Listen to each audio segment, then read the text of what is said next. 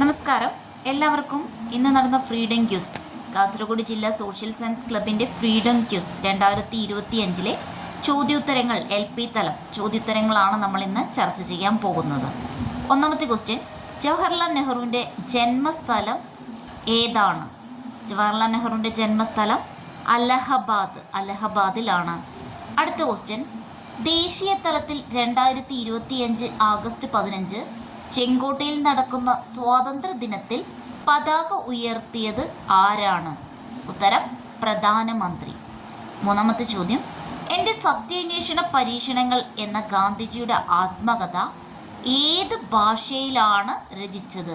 അപ്പോൾ ഗാന്ധിജിയുടെ ആത്മകഥയാണ് എൻ്റെ സത്യാന്വേഷണ പരീക്ഷണങ്ങൾ. അത് ഏത് ഭാഷയിലാണ് രചിച്ചത്? ഉത്തരം ഗുജറാത്തി. അടുത്ത ചോദ്യം നോക്കാം.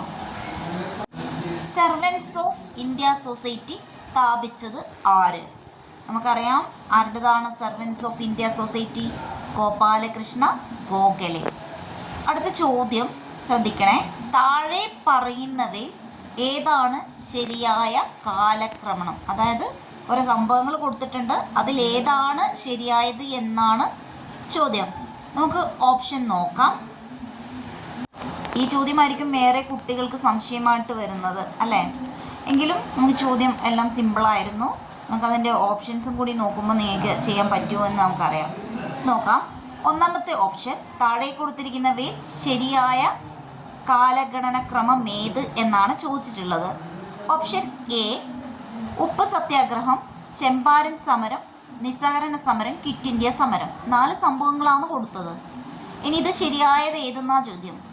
ACDB, BCAD, DCAB, BACD. ഉത്തരം ഏതാണ്? BCAD.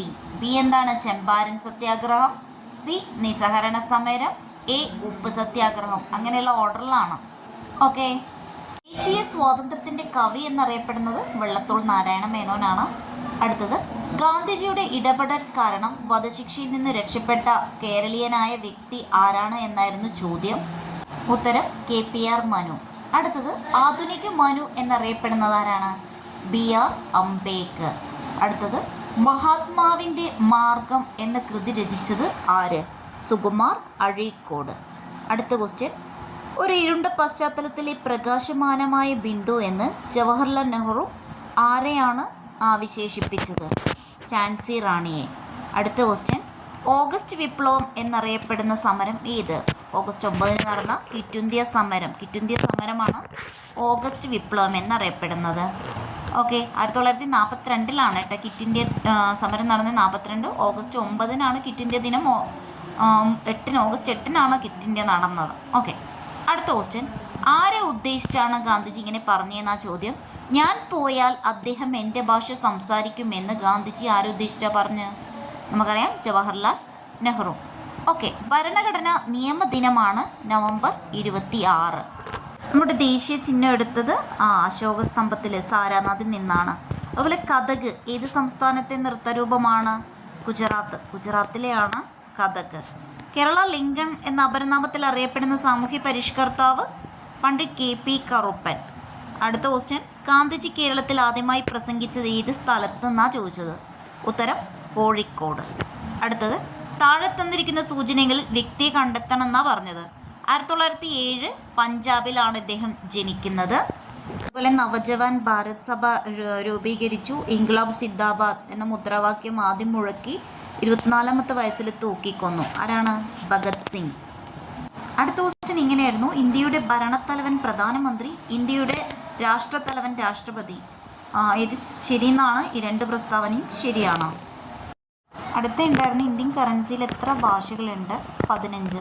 ഇത്ര ചോദ്യങ്ങളായിരുന്നു ഉണ്ടായിരുന്നത്. പിന്നെ ടൈം വന്നാൽ ചോദിക്കുന്ന ചോദ്യങ്ങളായിരുന്നു പിന്നീട് ഉണ്ടായത്. ജനഗണമന ആദ്യം പ്രസിദ്ധീകരിച്ചത് ഏതിലാണെന്ന് ചോദിച്ചാൽ തത്വബോധിനിയിലാണ്. അതുപോലെ INCയുടെ പ്രസിഡൻ്റായിരുന്നത് ആദ്യം WC ബാനർജി. പ്രവാസി ദിനം ജനുവരി 9. ഉരുക്കുവനിത ഇന്ദിരാഗാന്ധി. ഇതെല്ലാം ടൈ ബ്രേക്ക് വന്ന